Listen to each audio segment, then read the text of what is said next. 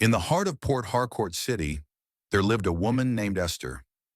Esther was the kind of woman who turned heads, tall, fair-skinned, and graceful in every step.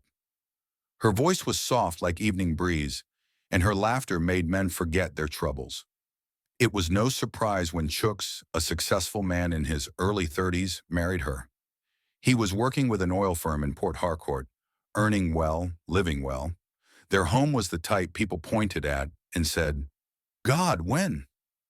He loved Esther. Anything she wanted, he gave. Wigs, handbags, perfumes from abroad, her needs were never too much for him. Their son Tim was the joy of their lives. Chooks was proud of the life he had built, and Esther basked in it.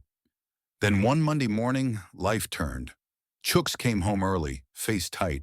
He had been laid off.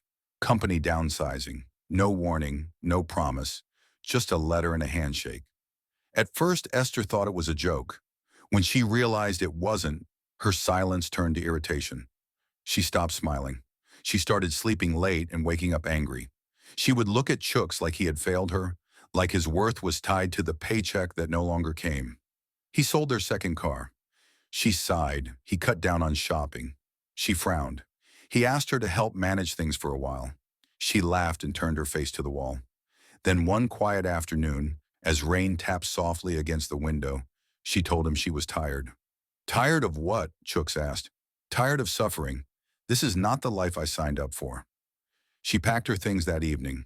As she zipped her bag, Tim clung to her leg, tears rolling down his small cheeks. "Mummy, please don't go." Chooks stood by the door, holding back his own tears. "Esther, we can rebuild. Don't let this be the end." But her ears were closed. She left. Lagos was loud, fast, and full of men. Esther believed she would find one who would pick up where Chooks stopped. But the city had changed. The men she hoped would take care of her wanted things she couldn't give. The ones with money were married or dishonest. The rest were struggling themselves. Her savings finished quickly. The dresses lost their shine. She moved from a guest room to a shared room, then to a mattress in someone's corridor. The mirror became a stranger. The calls she used to receive slowed down. Soon they stopped.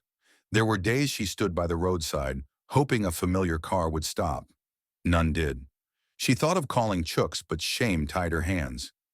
One hot afternoon, nearly 2 years after she left, she walked back into her old compound, thin and tired, wearing an oversized gown and dusty slippers. She knocked once, twice. The door opened.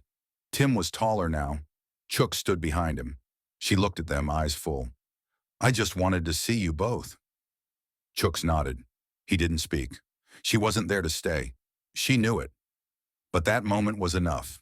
As she turned to leave, Tim ran to hug her waist. She broke down. She now works in a small shop not far from that town. People greet her kindly, but she keeps to herself. She doesn't chase luxury anymore. Her steps are slower, her words softer. She tells young girls, "Not all that glitters is love, and the soft life isn't soft if your heart is hard." If you enjoyed this video, please don't forget to like and subscribe to my channel to continue enjoying interesting stories like this.